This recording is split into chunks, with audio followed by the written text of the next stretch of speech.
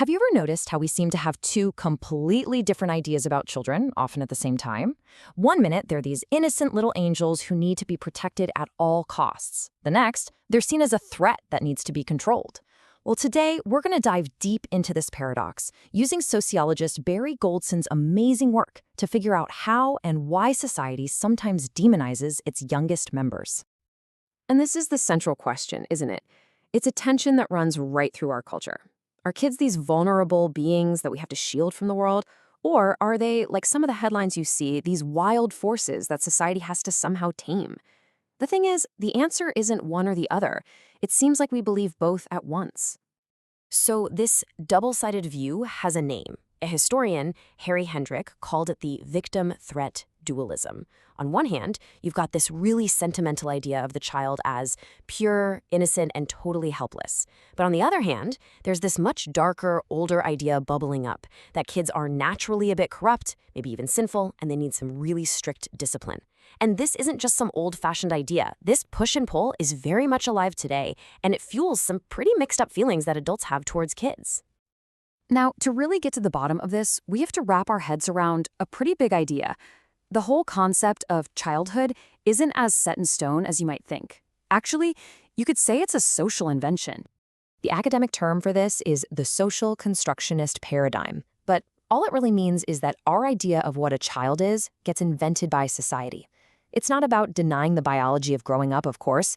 It's about recognizing that our beliefs about kids, what they can do, what they need, what they represent, are all shaped by the specific time and culture we're living in.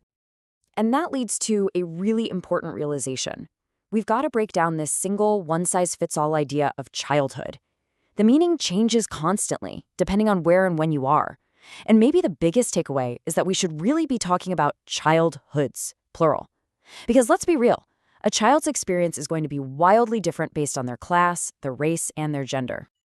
Okay, so if childhood is something society creates, it can also become a place where we dump all our social anxieties. And when that anxiety gets to a boiling point, society often starts looking for a scapegoat, for a specific group to point the finger at. This is exactly how the folk devil is born. The name for this whole process is a moral panic. It's that moment when a group, in this case, certain kids, gets painted by the media and politicians as a huge threat to everything we hold dear. They become folk devils, these walking, talking symbols of society's supposed decay. And you know who loves to fan the flames? The media. They're the engine that really drives the panic. And listen, this isn't just a theory. Back in the early 90s, this whole thing just exploded into the mainstream. The media was, as one person put it, stoking the coals of adult anxiety. I mean, just look at this headline. The language isn't trying to be subtle at all. A kid isn't just a kid anymore, they're a mini gangster. And this one, wow. This just shows how things get blown completely out of proportion. You have a single child whose big crime spree apparently started with stealing chocolate bars, and he's suddenly transformed into a one-boy crime wave. The scale gets totally distorted, which just magnifies the fear. It was basically, as another observer said, open season in the press. This headline just perfectly nails the paradox we started with.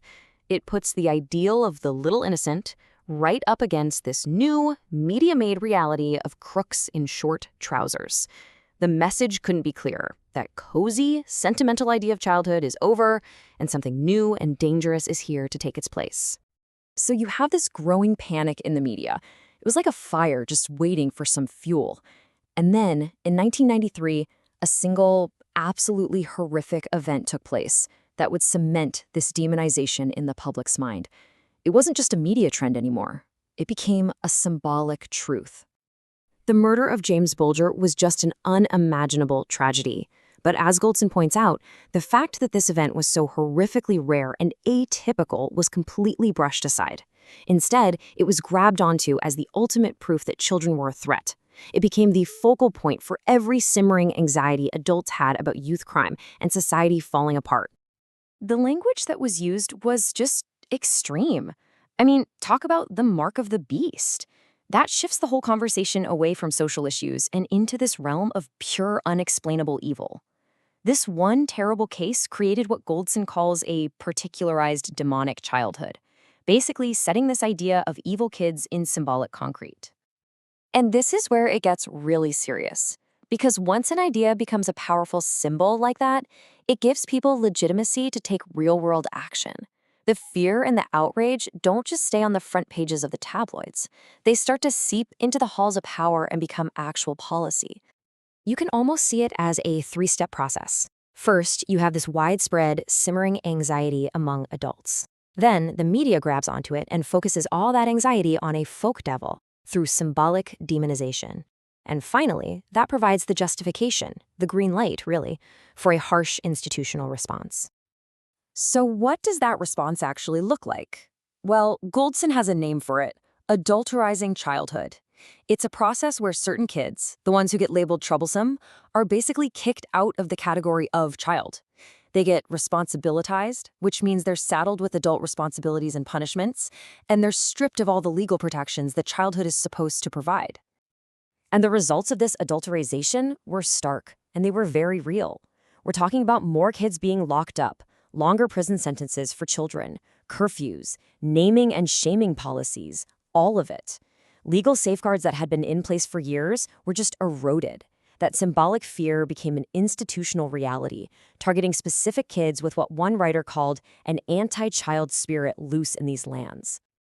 So this brings us to the final and maybe the most crucial part of this whole analysis.